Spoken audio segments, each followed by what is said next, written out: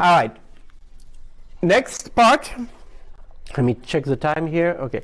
Next part we are going to go into is the Java Reflection API still, but this time we are going to assume we have those class objects under control, so we know how to obtain them in all sorts of scenarios. And now we want to actually use those class objects to explore what's inside the class. What are the methods that are available? What are the fields?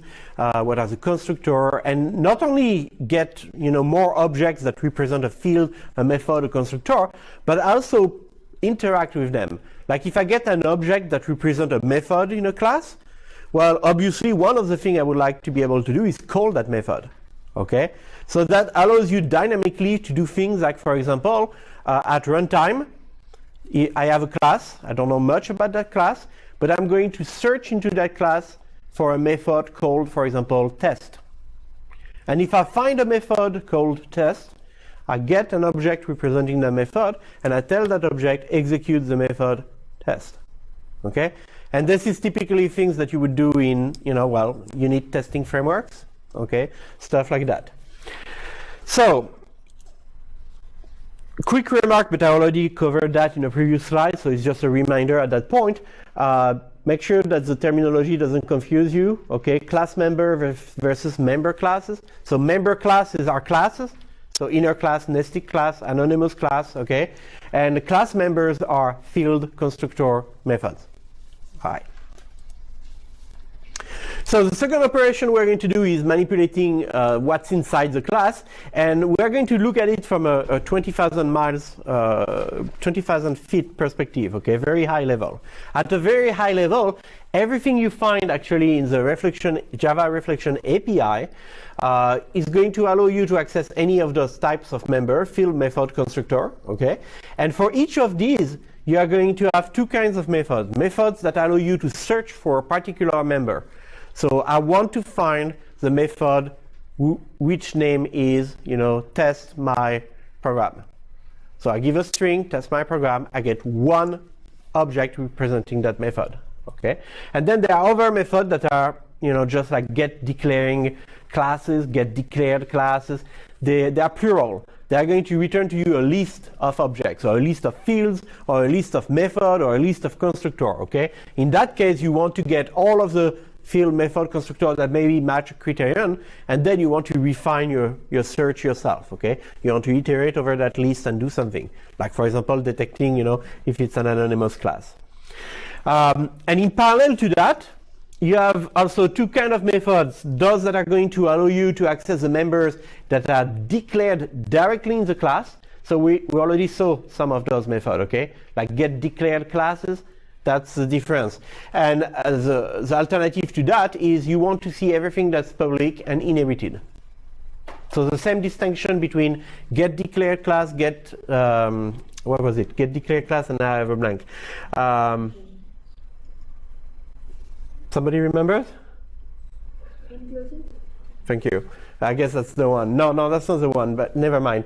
The distinction between having the one that's inherited and the one that's not inherited, we find it again here at all levels for field, method, and constructors.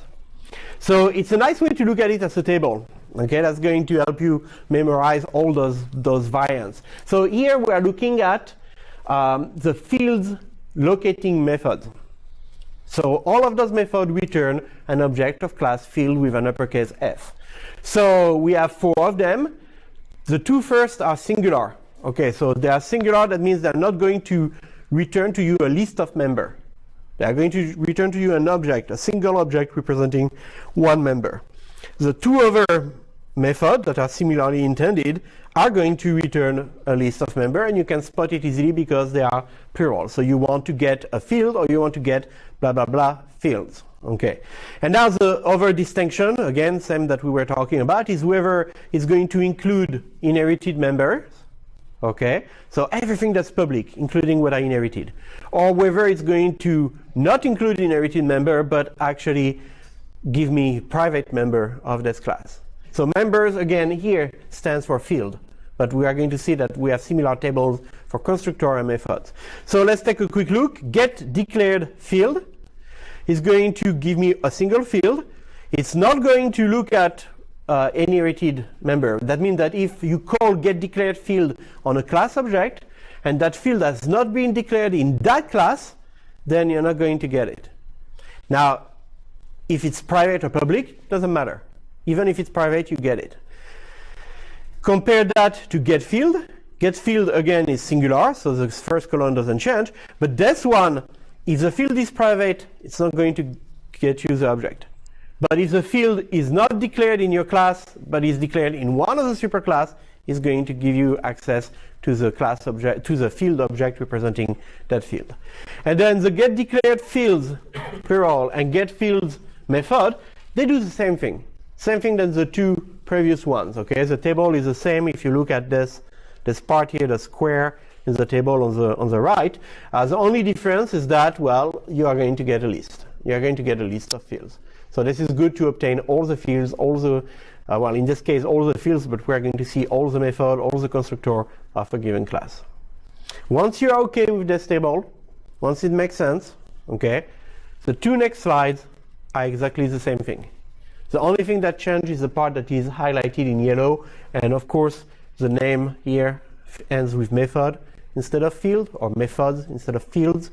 But you can see that the structure of the table is exactly the same. So you have here 4 methods that allow you to do everything we talked about doing on field, but on methods. And then the last one, 4 methods that allow you to do exactly the same thing we talked about doing with fields and methods, but with constructors. So I didn't show you the parameter for the methods.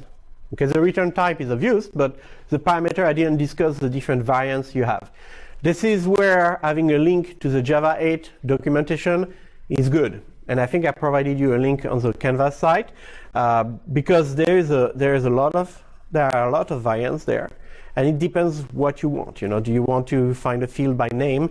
Do you want to find all the fields that start with a name or something like that? Okay, so you can open the documentation, just take a quick look, and you're going to get a feel about everything that you can do. But this is what's going to guide you through that wealth of documentation, is the idea that it all boils down to 4 types of operations. Okay, let's take an example to illustrate all this. So we are going to write a class called ClassSpy, and this first slide shows you how it's going to be used. So as a command line, I use Java to run my ClassSpy, okay? And I provide as parameter, in this case I have 2 parameters, 2 arguments actually, java.lang.classCastExceptions, sorry, and then constructor. So the first parameter is obviously the name of a class.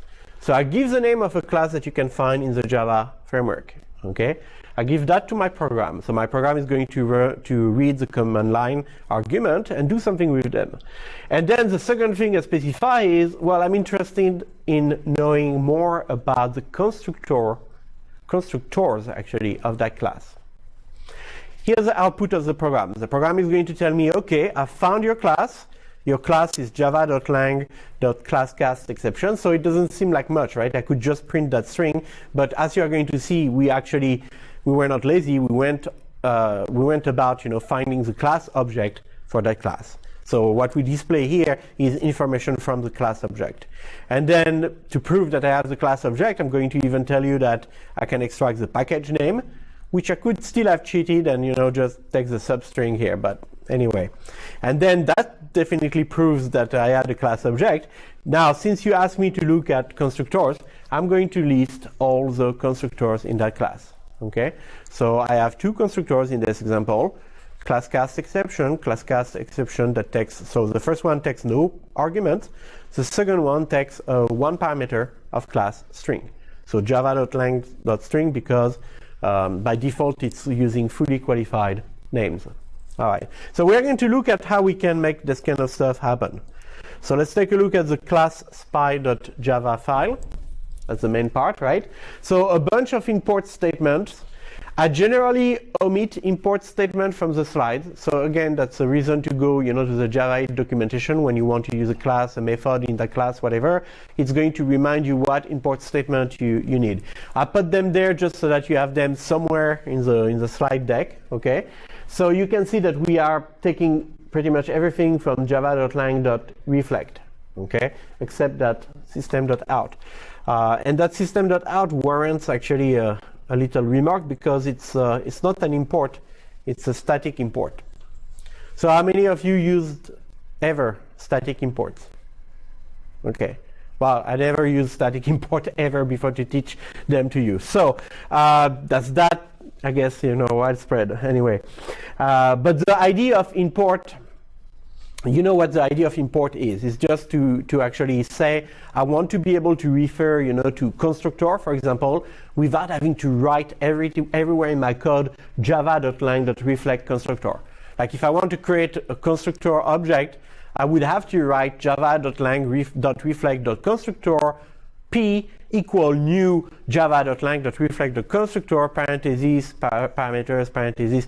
Okay, that gets old real fast, right? So instead of having to use a fully qualified name all the time, what I'm doing here is I'm saying, well, I want to actually just use a name constructor, and you need to figure out that in my class file here, in my Java file, I don't have any ambiguity. There's nothing else called a constructor. So really, there's no reason for me to use a fully qualified name. So that's what the import statement does. Well, an import static statement does something very similar. Okay, but it works with static fields. Like for example, if you have the math class, okay, in the math class you have a method called sqrt, square root. You have a constant called pi, a final attribute.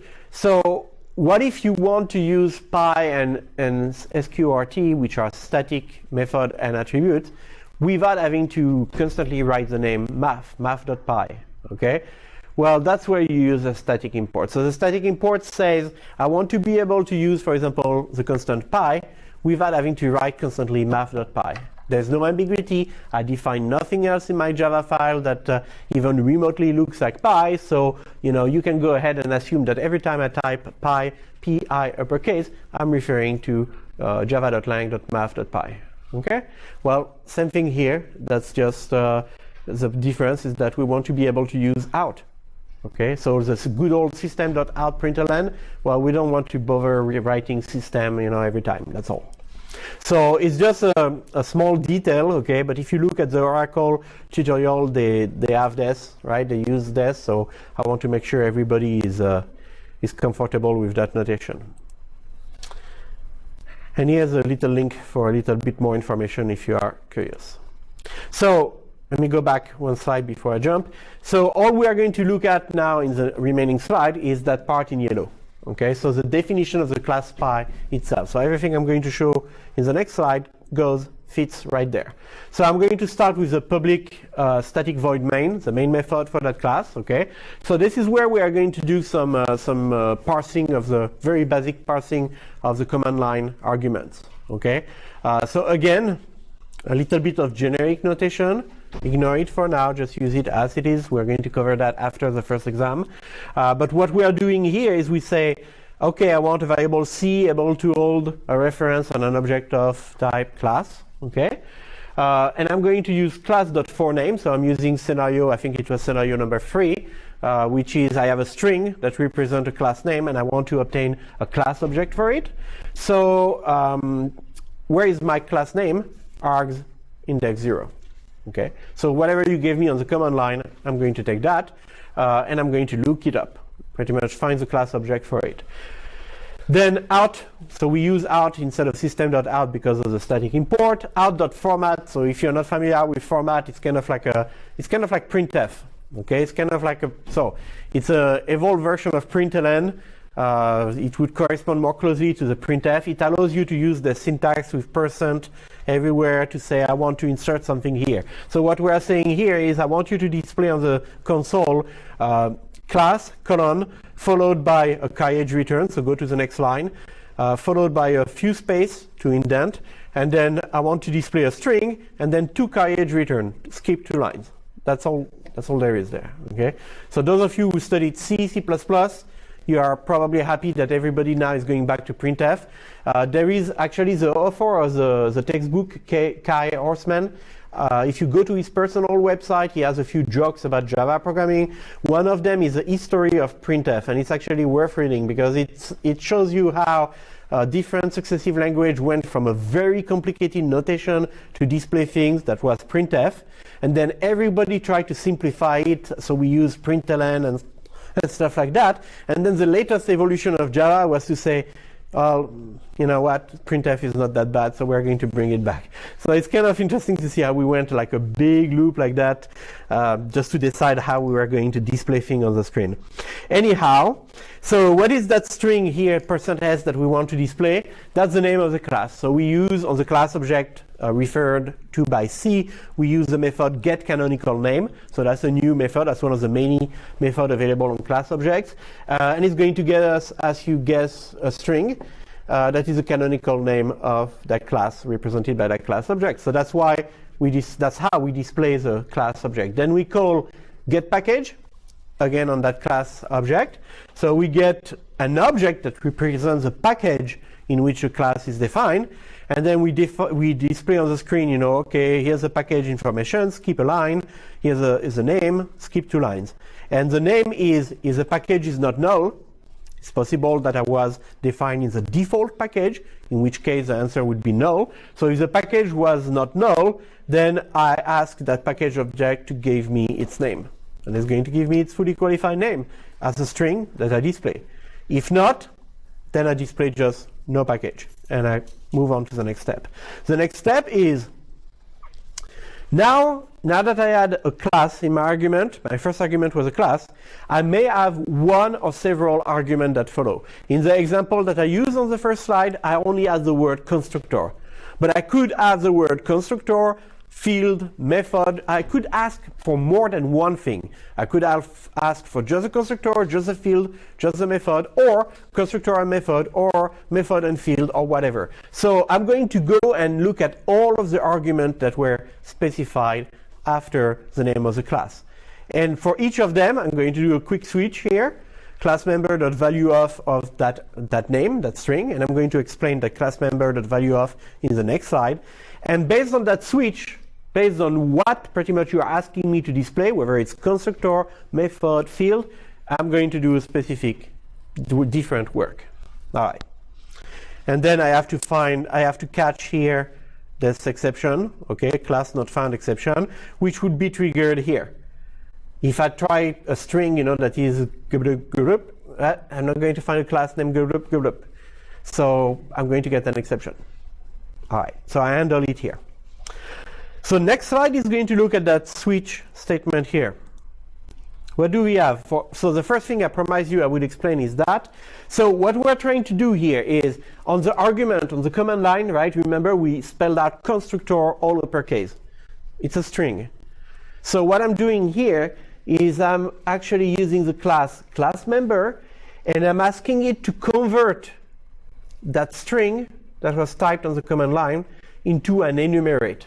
Because there is actually an enumerate constructor, uppercase, you know, letter. There is an enumerate field, another one method, class, and all. These enumerates are defined inside class member. All I have for now is a string. So instead of comparing strings, I just convert once and for all, you know, that string into the corresponding enumerate, and then I can do my switch statement on enumerates, which is very, very much more convenient. Okay? So, first case, if you ask me to display a constructor, remember, I go over every word that you put. So you can ask me for several things, but I'm going to process them one by one. So whenever I figure out that you wanted me to display the constructor, I use this method that I'm going to explain in one slide, print members. So it's one of my methods. I wrote it, okay? Not me, but whoever is the author of that code. So I'm going to call print members, and I'm going to ask it to display all the members that I obtain by calling getConstructors. So I get a bunch of objects, an array of objects representing all the constructors in my class, and I pass that to print member so that it displays information on all of them. And I put a little string here that allows print member to tell the user, okay, these are constructors. Because you see I'm using print members everywhere. So I have to keep track of what I want to display, right? So I want to display constructor, and guess what? Field and methods are going to work the same way, except that instead of calling, get constructor, I ask get fields, or I ask get methods. So this is where I'm going to get like arrays of different, objects representing different types of members, but okay, there is such a thing as a class member, so that allows me to write print members kind of with polymorphism in mind, so it can display any list of members. All right, so we use a little bit of polymorphism here. And then if you ask me to display information about the classes inside, that class, then that's different. Then I need to use print classes. And if you ask me to display everything, then I use the four of them in a row. So print member is going to be really what we're going to finish the session with. That's where all the magic happens. So we get an array of members. I don't know if it's an array of field, constructor, or method. I get a string that is just a message, reminding me of what I'm trying to display. So first thing I do, I display that string as is. And then I iterate over all the member object in that array. And then I do something very ugly. I do a if MBR, which is one element of that array, is an instance of field. So if it's an instance of field, I convert MBR to the type field. Okay, so it's a member, MBR is a member, so I convert it, I cast it to its subclass, and I call the method toGenericString, which say, give me some string that represent, that field. And then if MBR is instance of constructor, I do the same, but I convert into constructor. If it's an instance of method, I convert into method. And this flies in the face of everything that I was telling you about in the previous lecture. Previous lecture, I was saying you should never use those kind of ugly switch statement. Well, that's not a switch, it's an if, but that's the same idea. You are using instance of to figure out what the data type is. So why don't we use polymorphism here? That's what polymorphism was designed for. And it's kind of a trick question, okay? It's a trick question that is based on pretty much bad legacy design. The issue at work here is that member is an interface. ToGenericString is a method that is actually not defined in the interface. So we cannot just call ToGenericString on MBR and let polymorphism sort it out. Remember the two-step process for calling a method? Well, the first step is going to fail. Java is going to say, this is not a method from the interface. So because of that, ToGenericString is implemented in all of the class that implement that interface, but we need to convert to a reference on that specific class to be able to call the method. So that's the explanation we've added. As far as I could find by looking around, the idea is that, well, it was not possible to add to that interface, ToGenericString. Now, some of you might ask, well, why wasn't it possible? Why aren't we using, for example, one of the newest features of Java 8 that allows us to have default implementation for the method in interface? And the answer is, I have no clue. Personally, I guess I would have to try it. I'm sure there is a good reason for which, the people that do Java development all 100% of the time could not make it happen. I cannot reconcile that with the latest evolution of interfaces in Java, because to me, this is a great case study actually to show why default implementation in interfaces are useful, because they allow you to patch up, legacy code without breaking the compatibility. So there has to be a subtle reason that has to do with the deep implementation of the Java framework and API that prevents this from happening. But I haven't found yet what is that specific reason. After this ugly piece of code, well, if we found that there was no member, whatever the member was, then I can display no constructor, no field, no method, etc. And then I display a blank line, and I'm done. Print classes, same thing. Once you understand the previous one, this one is trivial. You get a list of classes, so you are going to actually get the canonical name for all of them. And if there were none, if there were no class, you display a default message. Otherwise, you iterate and you get the canonical name and you display it. And that's it. So when you run this code, here are other examples. So I am using a different class name here. I am asking this time for my ClassSpy to display the method. So you see it displays again the class name, fully qualified, the package name, fully qualified. Then it displays information about the method. So this is what the string, that the generic string that we are obtaining for the method summarizes pretty much. And it gives a pretty good amount of information on the method. If we use ClassSpy on, for example, our class member that we used previously in the slide, and we specify field and methods, so it can do multiple things, right? So it's going to display first class and package, then all the fields, and then I could not fit it on this slide, but here we go, here's the ugly console dump. It displays also all the information on methods. So that's it. We have our little class inspector here that is capable to go in our hierarchy and find information like this. So we're going to stop here for now. Next session, we'll get started right there with annotations. Thank you for your attention.